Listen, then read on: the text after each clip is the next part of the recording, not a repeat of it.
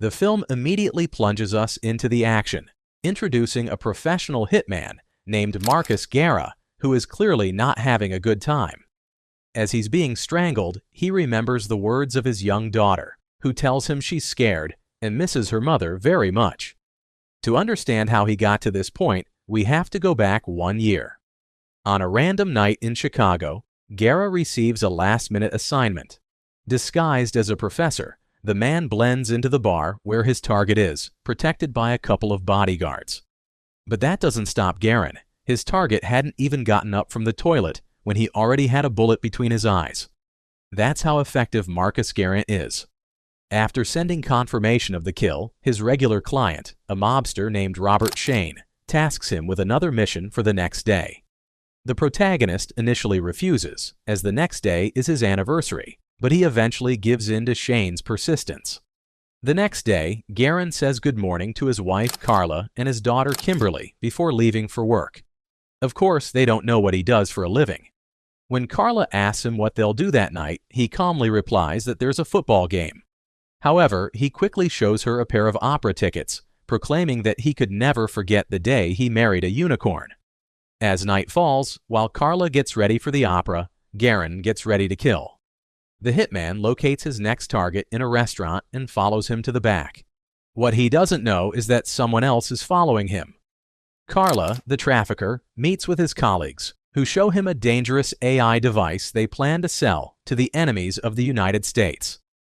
To his misfortune, their plan is interrupted by No. Just as he finishes everyone off, the hitman hears a groan on the other side of the door. His wife dies in his arms, seeing his true face. A year has passed since this tragedy, and Guerin continues to suffer as he did on the first day. For this reason, he went to his mother-in-law to take care of his daughter. Despite adoring his little girl, Guerin, as he deserves.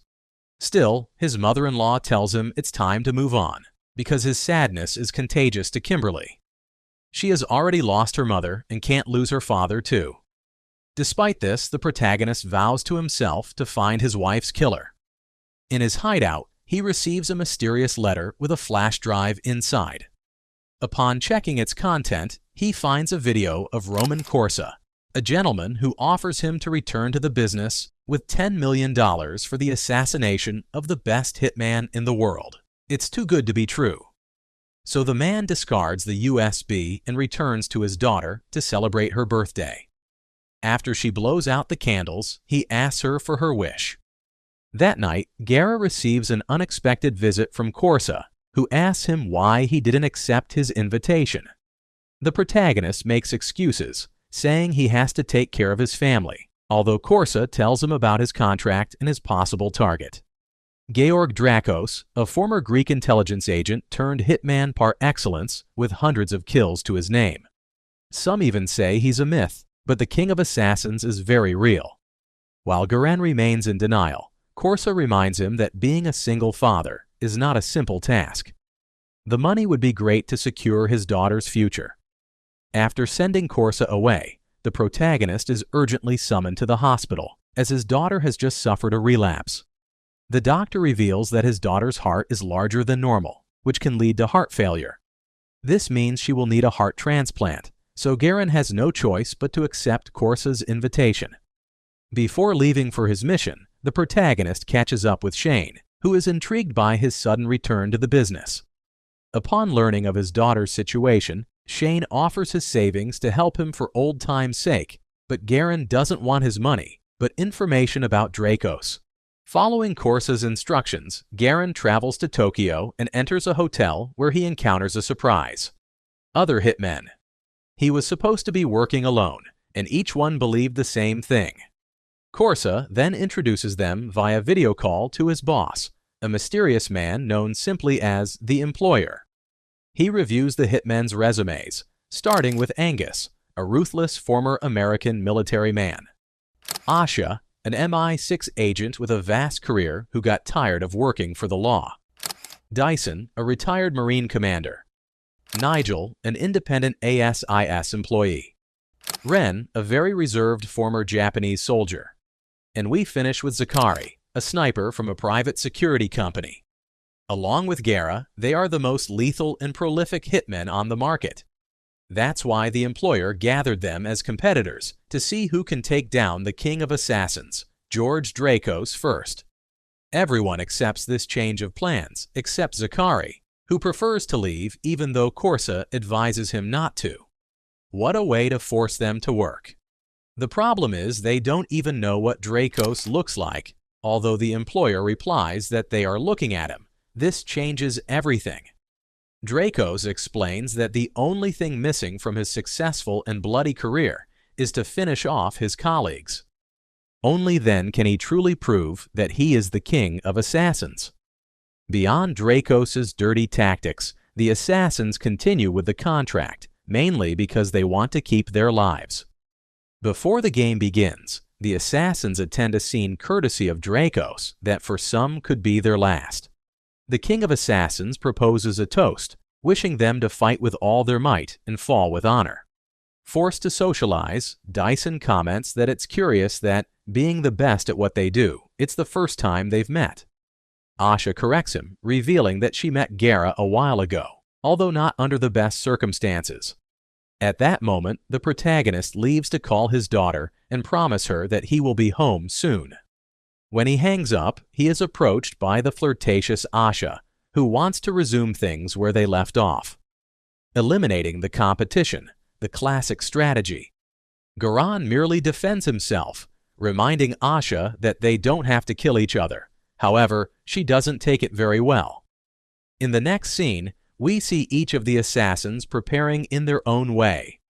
Ren practices with his katana, Asha sharpens her knives, and Dyson places all his faith in God.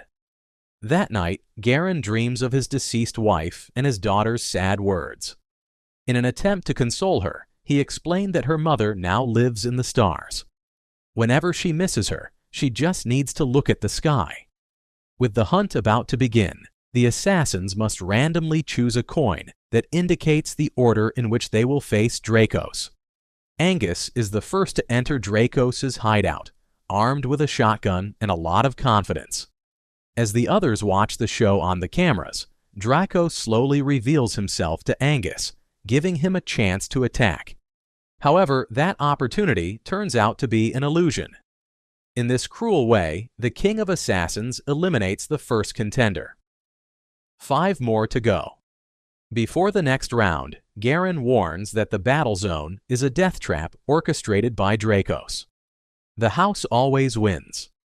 Therefore, he proposes to the other hitmen that they join forces to have a real chance of winning, and then they would split the prize. Initially, Dracos refuses to accept these terms, although the protagonist reminds him that he is the king of assassins. He's not supposed to be afraid of anything. Dracos agrees on the condition that he will only face 4 of them, which means one must be eliminated immediately. Nigel immediately charges at Guerra, accusing him of being a wife killer. Asha stops the fight, warning them that Dyson took advantage of the distraction to enter the battlefield. Dyson slowly approaches Dracos' position, only to discover it was a hologram. The real assassin surprises him from a corner with his katana and multiple knives. Tyson holds on like a bull until the inevitable happens. After their colleague's death, the other hitmen arm themselves to the teeth and prepare to work together. However, as soon as the elevator doors open, Nigel separates from the group. In the end, he was the smartest one. Now separated, the assassins stay in communication with their radios and agree to regroup if Dracos allows them. Later, Asha is intercepted by Dracos, while Garan faces Corsa's assistant, who is revealed to be an avid warrior. After a brutal exchange of blows, the protagonist manages to annihilate his adversary with her own weapons. Having done this, he tries to contact Asha, but receives no response. She is busier fighting Dracos, or rather, surviving. I take that back. Upon finding Asha's body, Garen closes her eyes and promises her that they will see each other again one day. For his part, Ren faces Dracos, identifying him as the killer of his father and master. Ren has shed a lot of blood to get here. While looking for Ren, the protagonist is surprised by Nigel, who is not very keen on sharing the prize. So we return to the initial scene, when Garen is being strangled by Nigel, remembering his daughter's words. The protagonist pulls strength from where there was none to fight back. Now let's move on to the other fight, Ren and Dracos. Although the Japanese man gives the fight of his life, it's not enough to defeat the king of assassins, and he falls, beheaded like his father. After finding Ren's body, Garen understands that he is the last one standing. Upon meeting Dracos, he states that he always believed Garen would be his last rival. In fact, Garen has taken many contracts from him without knowing it. But this is not just about competition, but about proving once and for all who is the best. I mean, it is about competition. Completely unarmed, the protagonist is forced to take cover until he finds his enemy's arsenal. They both shoot at each other until they run out of bullets. It's time to use their fists. As soon as Garen pulls the trigger, the lights start to fail and the speakers are flooded with Draco's voice, mocking his search for his wife's killer when he himself caused her death. Disoriented by this, the protagonist is stabbed by Dracos, although it takes more than that to bring him down. In his last effort, Garen is stabbed again, but continues to press on in order to return the favor to Dracos. Garen has already proven what he had to prove. He is officially the new king of assassins and the owner of a $10 million bank account. It is then that Dracos makes an unexpected offer. In the shadows, a new international order of assassins is being forged that threatens to shake the foundations of the world. That was the reason he killed the other participants. However, he needs help to overthrow the entire organization, a companion better than himself. To his misfortune, it will not be Garen, as his priority is his daughter. 6 months after these events, we see Garen enjoying the company of his daughter Kimberly, who has fully recovered thanks to her heart transplant. This pleasant moment comes to an end when the man receives a revealing video. In this way, Dracos shows him how twisted these new assassins can be. Regarding his wife, Dracos explains that that night they cloned his phone and impersonated him to bring her to the restaurant. We already know what happened next. Eager for revenge, Garen tells him that he must first leave his daughter in a safe place. Then they can go hunting